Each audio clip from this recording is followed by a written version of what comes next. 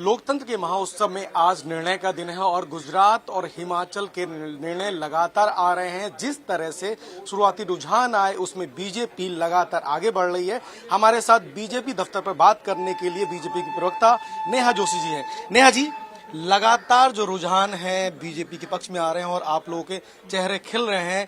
कल की मायूसी से आप लोग बहुत, मुझे लगता है, उसको पीछे छोड़ के बहुत आगे बढ़ गए। जो रुझान है उसको देखकर कैसा लगता है कि बीजेपी बम्पर जीत दोनों स्टेट में ले रही है या फिर गुजरात में सिर्फ बम्पर है और वहां पे भी टक्कर है? देखिए, मैंने सुबह ही कहा था कि इस बार भारतीय जनता पार्टी गुजरात में अपना ही रिकॉर्ड तोड़ने जा रही है। और जिस तरीके का कैंपेन भारतीय जनता पार्टी ने गुजरात में किया और एक रिकॉर्ड गुजरात में बनने वाला है, जो 2002 की हमारी जीत थी उससे भी बड़ी जीत होगी। और गुजरात एक उदाहरण है पूरे देश के लिए कि जब आप गुड गवर्नेंस की बात करते हैं, सुशासन की बात करते हैं, जब आप विकास की बात करते हैं, जब आप महिलाओं की सुरक्षा की बात करते हैं। गुजरात में मैं खुद कैंपेन के लिए थी, रात को 2 बजे महिलाएं बिल्कुल सुरक्षित तरीके से सड़कों पर रहती हैं, अपने काम पर जा रही होती हैं। तो ये जो सारी चीजें हैं, इनका मुकाबला आप रेवड़ियों से नहीं कर सकते।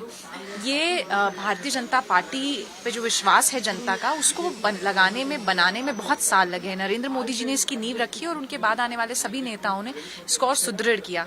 तो गुजरात एक उदाहरण पूरे देश के लिए है कि भारतीय जनता पार्टी को जहां मौका मिला है और लंबे समय तक शासन करने का, वहां पर जिस तरीके से विकास हुआ है, तो गुजरात एक अलग मील का पत्थर बन के उभरा है पूरे देश के अंदर। लगातार गुजरात में जो एक परंपरा रही है कि कांग्रेस और बीजेपी के बीच में टक्कर रही है, लेकिन आम आदमी पार्टी ने मुकाबले को दिलचस्प कर दिया था। और पिछली बार का अगर रिकॉर्ड देखें तो 99 सीट आपने जीती थी और 77 पे कांग्रेस थी। इस बार जो आंकड़ा है वो लगातार बढ़ रहा है और जिस तरह से रुझान थे, जिस तरह से एग्जिट पोल के नतीजे बता रहे थे, वो भी बढ़ रहे थे। आपको लगता है कि इस बार बहुत बड़ी जीत है आपकी? बिल्कुल बहुत बड़ी जीत है। इतने सालों में सत्ता में रहने के बाद भी लगातार जनता का विश्वास आपके ऊपर है। तो एंटी इनकम्बेंसी जो एक बड़ा फैक्टर होता है किसी भी चुनाव में, उसको पूरी तरीके से गुजरात की जनता ने साबित कर दिया है कि एंटी इनकम्बेंसी होगी ही नहीं अगर सुशासन की हम बात करेंगे तो।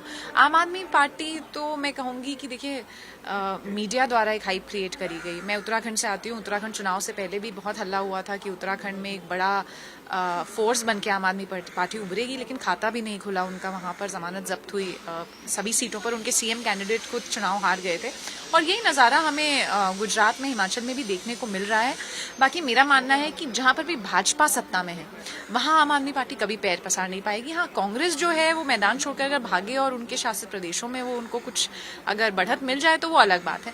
भाजपा शासित प्रदेशों में आम आदमी पार्टी की राजनीति की कोई जगह नहीं है। अच्छा, मैं गुजरात चुनाव से पहले सौराष्ट्र, कच्छ और उत्तर गुजरात के कई जगह, महसाणा, वडनगर और बनासकांठा गया था। वहां मैंने ग्राउंड में देखा कि काफी सारी लोगों को नाराजगी तो थी बीजेपी से, लेकिन मोदी जी के नाम पे वो सारे लोग एकजुट थे। तो आज भी अगर मानते तो मोदी की मैजिक मोदी है तो मुमकिन है, ये है तय है।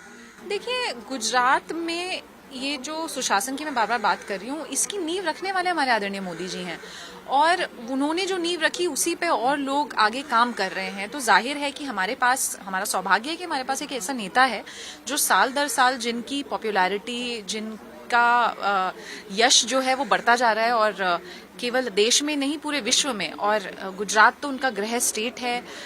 गुजरात के लोगों की बहुत भावनाएं, संवेदनाएं जुड़ी हुई हैं। वहां वो वोट देकर भी निकलते हैं तो देखते हैं कि एक रैली का रूप वहां जनता दे देती है उस चीज को। 50-50 किलोमीटर के उन्होंने रोड शो किया और किस तरीके से गुजरात की जनता ने आशीर्वाद दिया। तो मैं तो कहूंगी कि जहां और पार्टी कह रही है कि मोदी के नाम पे चुनाव लड़े, मैं तो कह रही हूँ कि ऐसा नेता हमारे पास है, ये हमारा सौभाग्य है और ऐसा नेता देश के पास है, ये देश का सौभाग्य है। आपको बहुत बहुत बधाई कि आपने स्वीकार किया कि आपकी सरकार बनने जा रही है। बाकी थोड़े समय बाद निर्णय आ जाएगा। तो ये थी नेहा जी, जिनका साफ तौर पर मानना है कि बीजेपी एक प्रचंड बहुमत के साथ गुजरात में सरकार बनाएगी।